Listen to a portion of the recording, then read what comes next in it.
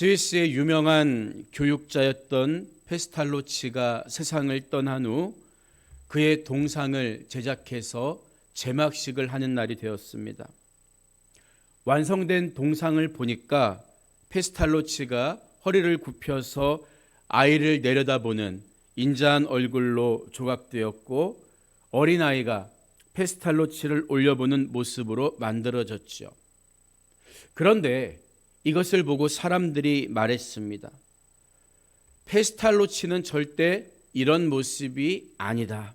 그는 그리스도를 바라보고 그리스도를 닮으라고 했지 자기를 닮으라고 한 적이 없기 때문이다.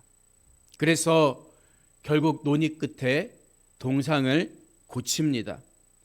페스탈로치가 아이를 내려다보는 모습은 그대로 놔두되 어린아이의 시선이 페스탈로치가 아니라 더 먼 곳을 바라보는 모습으로 만들었죠. 바울은 빌립보 교회 성도들에게 형제들아 너희는 함께 나를 본받으라 이런 말을 했고요. 고린도 교회 성도들에게도 내가 그리스도를 본받는 자가 된 것 같이 너희는 나를 본받는 자가 되라 이런 말로 권면합니다. 얼핏 보면 바울이 나를 닮으라고 말한 것 같지만 빌립보서와 고린도전서의 문맥을 보면 그렇지가 않습니다. 빌립보 교회에는 구원의 완성을 위한 신앙의 경주를 포기하고 현실에 안주하면서 믿음이 쇠퇴하는 사람들이 있었습니다. 또 고린도 교회에는 음식 문제로 남을 판단하고 정죄하는 갈등이 존재했죠. 따라서 바울이 나를 본받으라 이렇게 말한 의미는 잘못된 교훈에 휩쓸리지 말고 나처럼 믿음의 경주를 끝까지 완주하라는 뜻이지 자신의 인격이나 성품을 닮으라는 말이 아닙니다. 사람은 결코 우리가 닮을 만한 존재가 못 됩니다. 그런데도 자기 닮은 제자를 만들려고 하니까 문제가 생기는 거예요. 우리는 오직 예수 그리스도를 닮아가야 하며 예수님을 닮아가려는 사람의 삶을 본받아야 하는 것입니다. 비록 지금은 복음이 정체된 것처럼 보이지만 밤나무와 상수리나무가 배임을 당하여도 그 그루터기는 남아있는 것 같이 거룩한 씨가 이 땅에 그루터기니라. 하나님 말씀을 기억하면서 하나님이 이 땅을 회복시키시는 날 신앙의 다음 세대들이 귀하게 쓰임받는 일꾼이 되리라는 소망을 가지고 우리는 다음 세대를 부지런히 양육해야 하는 거예요. 그런 점에서 우리가 먼저 주님을 닮아가는 신앙의 본을 보이는 것 너무나 중요한 일입니다. 오늘 우리가 읽은 히브리서 11장에는 믿음으로 살다 간 조상들의 이름이 열거되어 있어요. 그 중에 가장 먼저 언급되는 인물이 오늘 본문 말씀에 나오는 아벨입니다. 아벨은 아담의 둘째 아들이죠. 본문 4절을 보면 믿음으로 아벨은 가인보다 더 나은 제사를 하나님께 드림으로 의로운 자라 하시는 증거를 얻었으니 하나님이 그 예물에 대하여 증언하심이라. 그가 죽었으나 그 믿음으로써 지금도 말하느니라. 이렇게 말하고 있습니다. 여러분, 그런데 왜 믿음의 족보를 이야기하면서 아담이 아니라 아담의 아들인 아벨부터 이야기하는 걸까요? 우리가 잘 아는 것처럼 최초의 사람 아담은 죄로 인해 하나님의 영광이 항상 임재했고 생명나무가 있던 에덴 동산에서 쫓겨나게 됩니다. 유대적인 관점에서 성경을 보면요, 아담이 에덴 동산에서 쫓겨난 이후로 우리 인간의 역사는 쫓겨났던 에덴 동산으로 돌아가는 과정이라고 요약할 수가 있습니다.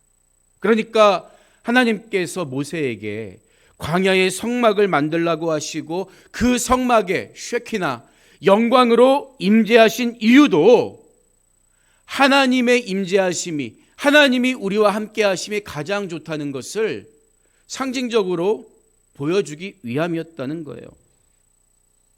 에덴 동산에서 쫓겨난 아담에게는 가인과 아벨이라는 두 명의 아들이 있었죠. 가인은 농사 짓는 사람이었고 아벨은 양을 치는 사람이었습니다.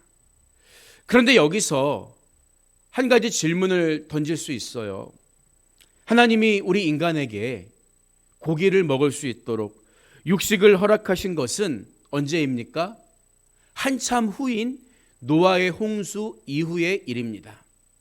그때는 먹을 것이 많지 않았기 때문에 홍수 이후로부터 하나님은 짐승의 고기를 먹는 것을 허락하셨다는 거예요. 그 전까지는 채소나 과일이 인간에게 허락된 먹을거리였다고요. 그렇다면 아벨은 도대체 왜 양을 길렀던 걸까요? 물론 몸에 있는 옷을 만들기 위해서 양을 쳤을 가능성도 있습니다. 하지만 이스라엘이 그렇게 추운 지역은 아니지요. 다른 이유가 더 있을 것 같아요. 성경은 아벨이 양을 하나님을 예배하는 제물로 사용한 것에 대해서 중요하게 언급하고 있습니다. 따라서 그가 양을 기른 이유 중에는 분명히 하나님께 드리기에 합당한 제물을 얻기 위한 목적이 있었다고 보는 것이 타당합니다. 왜 그렇습니까? 하나님께 제일 처음 드린 제사는 하나님이 친히 짐승을 잡아 가죽옷을 아담에게 지어주신 이후로부터 주어졌기 때문이에요. 그래서 오늘 본문도 하나님이 그 예물에 대하여 증언하심이라 이야기하고 있는 거죠. 아벨은 아버지 아담과 어머니 하와로부터 에덴 동산에 관한 이야기를 들을 때마다 하나님께 나아가는 삶을 사모했을 거예요. 당장 이익이 되는 가치는 없을지라도 먹지도 못하는 양이잖아요. 하나님을 예배하는 삶을 자기 삶의 우선순위에 두었던 거죠.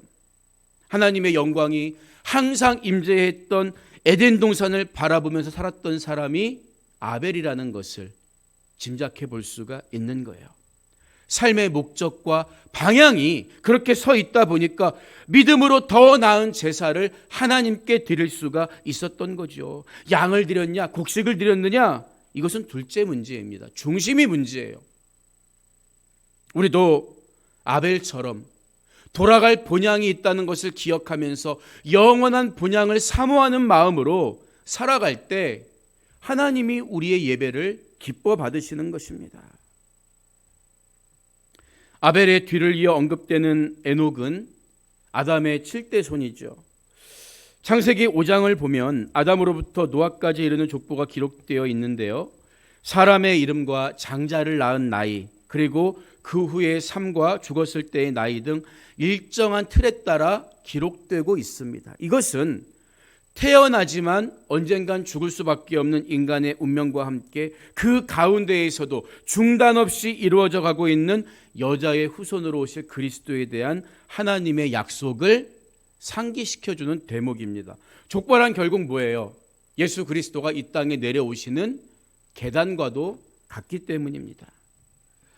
그런데 에녹은 65세까지는 사실 별다른 주목을 받지 못하는 삶을 살았습니다. 그런데 창세기 5장 21절 이하를 보면 에녹은 65세에 무드셀라를 낳았고 무드셀라를 낳은 후 300년을 하나님과 동행하며 자식들을 낳았으며 이렇게 설명하고 있습니다.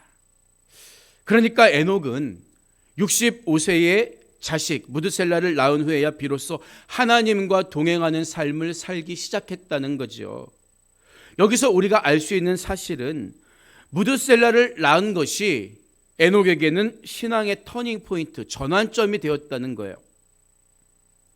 우리가 아는 무드셀라는 성경에 나오는 인물 중 가장 오래 산 사람입니다.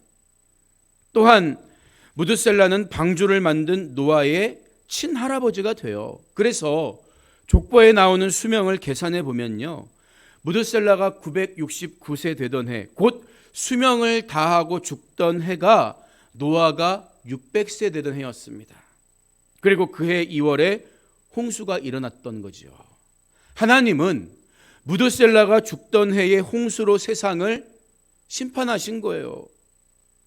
여러분, 그러면 도대체 에녹이 무드셀라를 낳은 것이 어떤 점에서 그의 인생의 전환점이 되었을까요?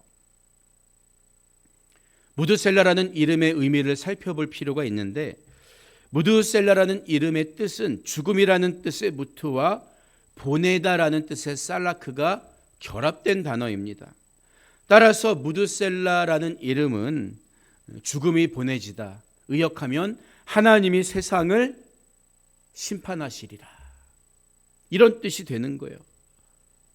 아니, 어느 부모가 자기가 낳은 아이의 이름을 하나님이 심판하실 거야, 이렇게 무시무시하게 짓겠습니까?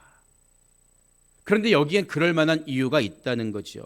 말씀드린 대로 하나님은 무드셀라가 죽던 해에 홍수로 온 세상을 심판하시는데, 에녹은 이 사실에 대한 하나님의 계시를 받고 사람들에게 그것을 경고하기 위해서 자기 아들의 이름을 무드셀라, 하나님이 심판하신다, 이렇게 지었던 거예요.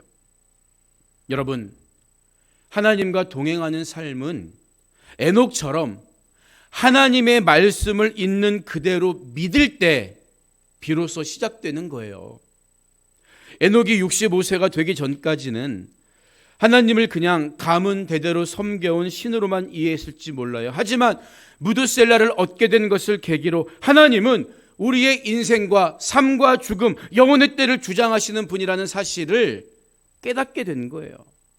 그때 에녹의 나이가 65세였다고요. 하나님을 제대로 알고 믿기에 늦은 나이는 절대 없습니다. 여러분이 지금까지 어떤 믿음 가지고 어떤 자리에서 어떤 신앙생활을 했을지라도 하나님 말씀이 정말 믿어질 때, 그때가 여러분 신앙의 터닝 포인트, 전환점이 될 수 있다는 것을 우리는 에녹의 이야기를 통해 깨닫게 되는 거죠. 그래서 오늘 본문 5절 전반부를 보면, 믿음으로 에녹은 죽음을 보지 않고 옮겨졌으니 하나님이 그를 옮기심으로 다시 보이지 아니하였느니라, 이렇게 말하는 거예요. 이 사실에 대한 창세기의 기록을 살펴보면 에녹이 하나님과 동행하더니 하나님이 그를 데려가심으로 세상에 있지 아니하였더라, 이렇게 말하고 있습니다. 사람들은 에녹의 육신이 죽는 것을 볼 수 없었는데 그 이유는 하나님이 그를 데려가셨기 때문이라는 거예요. 우리가 읽었던 히브리서 9장 27절을 보면, 한 번 죽는 것은 사람에게 정해진 것이요 그 후에는 심판이 있다고 말하고 있어요. 따라서 에녹이 죽음을 보지 않고 옮겨졌다는 것은 이 육신이 살아있는 채로 들림받아서 낙원에 들어갔다는 뜻으로 해석할 수가 있습니다. 하나님의 신기롭고 특별한 은총을 에녹이 경험한 거예요. 그래서 에녹은 우리가 살아서 공중에서 주를 영접하리라는 말씀의 예표가 됩니다. 예수님이 재림하셨을 때 이미 죽은 자들은 무덤에서 일어나겠지만, 예수님 재림 때에 살아있는 사람은 그대로 공중에서 주를 영접한다고 성경이 말하잖아요. 그 말씀의 예표가 에녹이라는 거죠. 여기서 우리에게 중요한 질문은, 왜 에녹만 죽지 않고 들림을 받았느냐, 이런 질문이 아니라 도대체 무슨 이유 때문에, 에녹이 뭐가 특별해서 하나님이 그를 데려가셨느냐, 이 질문이겠죠. 많은 사람들이 저마다 특별한 은혜를 통해서 하나님을 경험하고 하나님을 믿고 동행하는 삶을 시작합니다. 그런데 오래 지나지 않아서 변질되고 첫사랑을 잃어버리거나 하나님과의 관계가 깨어지는 경우를 우리는 흔히 보게 됩니다. 300년은 고사하고 3년, 아니 석 달도 한결같지 못한 게 우리 인간의 마음 아닙니까? 본문은 에녹이 하나님의 특별한 은혜를 입은 진짜 이유가 무엇인지에 대해서 우리에게 가르쳐주고 있다고요. 하나님과 동행한 300년이라는 시간을 통해서 에녹이 인정받은 것은 오늘 본문 5절 후반부에 기록된 것처럼 하나님을 기쁘시게 하는 자였기 때문이에요. 하나님을 기쁘시게 하는 자라는 증거를 받았다 그러잖아요. 위에 나오는 아벨은 어떤 증거를 받았습니까? 의로운 자라 하시는 증거를 받았다 그랬어요. 그러니까 하나님이 에녹을 데려가신 이유는 그를 기뻐하셨기 때문이다. 에녹은 하나님의 기쁨이었기 때문이라는 거죠. 우리는 성경에서 하나님이 기뻐한 사람 그렇게 물어보면 다윗부터 떠올리는 경향이 있어요. 하나님이 다윗을 택하시면서 내 마음에 합한 자다 이런 말씀을 하셨기 때문이겠죠. 하지만 그런 다윗조차도 인생에 있어 몇 번의 실수를 하고 하나님의 마음을 아프시게 만든 적도 있었습니다. 하지만 에녹은 무려 300년을 하나님과 동행하면서 하나님을 기쁘시게 하는 자라는 증거를 받았다는 거예요. 그가 300년 동안 무슨 산속에 들어가서 세상과 담을 쌓고 수도원처럼 살았던 게 아닙니다. 계속해서 자식을 낳고 일상을 살면서도 하나님과 동행하는 삶을 살았다는 것, 이게 너무나 중요한 거예요. 하나님은 그런 에녹을 죽음을 보지 않고 데려가실 만큼 기뻐하셨다는 것이 성경이 우리에게 말하려는 사실이겠죠. 여러분, 그러면 어떻게 해야 우리가 에녹처럼 하나님을 기쁘시게 하는 자라 하는 증거를 얻고 아벨처럼 의로운 자라 하는 증거를 얻을 수 있겠냐는 거예요. 본문 6절 전반부를 보면 믿음이 없이는 하나님을 기쁘시게 하지 못하나니 분명히 말하고 있습니다. 그러니까 하나님을 기쁘시게 하는 것, 하나님 앞에 의롭다 칭하심을 받으려면 우리의 믿음이 있어야 한다는 거죠. 여러분, 믿음은 하나님과 동행할 수 있는 힘이고 궁극적으로 하나님을 기쁘시게 해드리는 분명하고 확실한 길이다. 우리는 이 사실을 기억해야 합니다. 믿음이 있었기 때문에 아벨은 의롭다 하심을 받았고, 믿음이 있었기 때문에 에녹은 하나님과 동행하면서 하나님을 기쁘시게 해드리고 죽음을 보지 않은 채 하늘로 옮겨질 수 있었던 것입니다. 그러면 에녹의 믿음은 어떤 믿음이었을까요? 무엇을 어떻게 믿었기에 하나님을 기쁘시게 해드릴 수 있었을까요? 우리는 여기서 다시 한번 지난 시간에 들었던 것처럼 히브리서 11장이 말하는 믿음이 어떤 믿음인가에 관해서 분명히 이해하고 넘어갈 필요가 있습니다. 히브리서 11장이 말하는 믿음은 내가 개인적으로 바라는 목표에 대한 소망이 아닙니다. 히브리서 11장을 계속 읽다 보면 여기에 열거된 믿음의 선진들은 모두 영원의 때에 우리가 영원히 살아갈 본향에 대한 믿음이 있었다는 것을 발견할 수 있기 때문이에요. 그래서 히브리서 11장 16절을 보면 그들이 이제는 더 나은 본향을 사모하니 곧 하늘에 있는 것이라. 이러므로 하나님이 그들의 하나님이라 일컬음 받으심을 부끄러워하지 아니하시고 그들을 위하여 한 성을 예비하셨느니라. 선언하고 있는 것입니다. 이처럼 성경에 기록된 믿음의 선배들이 세상에서 숱한 실패를 경험하고 어려운 문제를 만나도 좌절하거나 낙심하지 않고 끝까지 하나님을 붙들고 하나님과 동행하는 삶을 살 수 있었던 이유는 이 땅의 삶이 끝이 아니다. 영혼의 때를 사모하는 믿음, 본향을 바라보는 믿음이 있었기 때문이라는 거죠.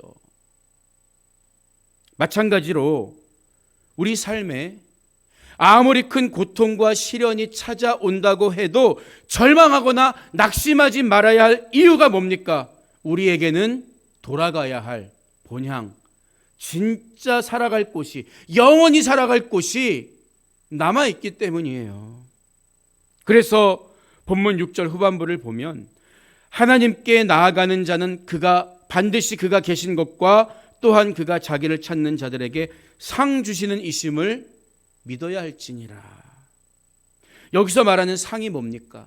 구체적으로 본문의 맥락과 흐름 속에서 영혼의 때에 주어지는 하늘에 있는 한 성, 하나님의 나라와 상급이라는 것을 알 수 있는 거죠. 아벨의 육신은 오래전에 흙으로 돌아갔지만 여전히 그 믿음으로 우리에게 말하고 있습니다. 지금도 생생하게 살아있다는 거예요. 하나님은 300년이 지나도 변하지 않는 본향을 향한 에녹의 믿음을 기뻐하시고 상으로 그를 그 본향으로 데려가신 거예요. 마찬가지입니다. 우리는 어떤 믿음으로 하나님을 기쁘시게 하는 삶을 살 수 있을까요? 어떤 믿음으로 의롭다 하심을 인정받을 수 있을까요? 아무리 세상 일이 힘들고 나에게 찾아온 문제가 괴로워도 하나님 시퍼렇게 살아계시고 나를 위해 영원한 본향의 처소를 예비하고 계신다. 이 사실을 끝까지 믿고 담대히 나아가는 것입니다. 오늘 말씀을 마무리합니다. 어느 무더운 여름날 하루살이와 메뚜기가 만나서 함께 놀았습니다. 저녁이 되자 메뚜기가 하루살이에게 오늘은 그만 놀고 내일 만나자 인사를 해요. 그러니까 하루살이가 이해가 안 된다면서 메뚜기에게 되묻습니다. 내일이 뭐야? 하루살이는 내일을 경험해 본 적이 없기 때문이죠. 그 후로 메뚜기는 하루살이를 다시 만나지 못합니다. 이제는 개구리와 친구가 되어서 날마다 신나게 놀았어요. 가을이 오고 날씨가 추워지니까 개구리가 이번엔 메뚜기에게 말합니다. 이제 그만 놀고 내년에 다시 만나자. 그러자 메뚜기는 이해가 안 된다면서 개구리에게 되묻습니다. 내년이 뭐야? 우리 사람도 마찬가지예요. 사람들은 자기가 경험하지 못한 것은 믿으려고 하지 않습니다. 아이들도 보면요, 어릴 적에 아무리 뜨겁다고 만지지 못하게 해도 뜨거운 주전자를 직접 만져보고 나서야 뜨거운 거 알게 돼요. 대부분의 사람들은 자기가 직접 경험한 후에만 믿으려고 하고 경험하지 않은 것은 그 존재 자체도 인정하려고 하지 않을 때가 많습니다. 하지만 우리가 아직 경험하지 못했을 뿐 죽음은 절대 끝이 아니라 죽음 뒤에 영혼의 때가 찾아온다는 거예요. 그래서 성경은 육의 몸이 있은즉 또 영의 몸도 있느니라 분명하게 말하는 거겠죠. 영의 몸을 입고 영원한 생명, 영생을 누리며 살 것인지, 영의 몸을 입고 영원한 지옥에서 벌을 받을 것인지, 이 땅에서의 삶으로 판가름 나는 거예요. 우리의 행위나 공로가 아니라 오직 예수 그리스도를 믿고 그 보혈의 공로로 예수님의 예복을 입은 자들만이 그곳에 들어가게 되는 거라고요.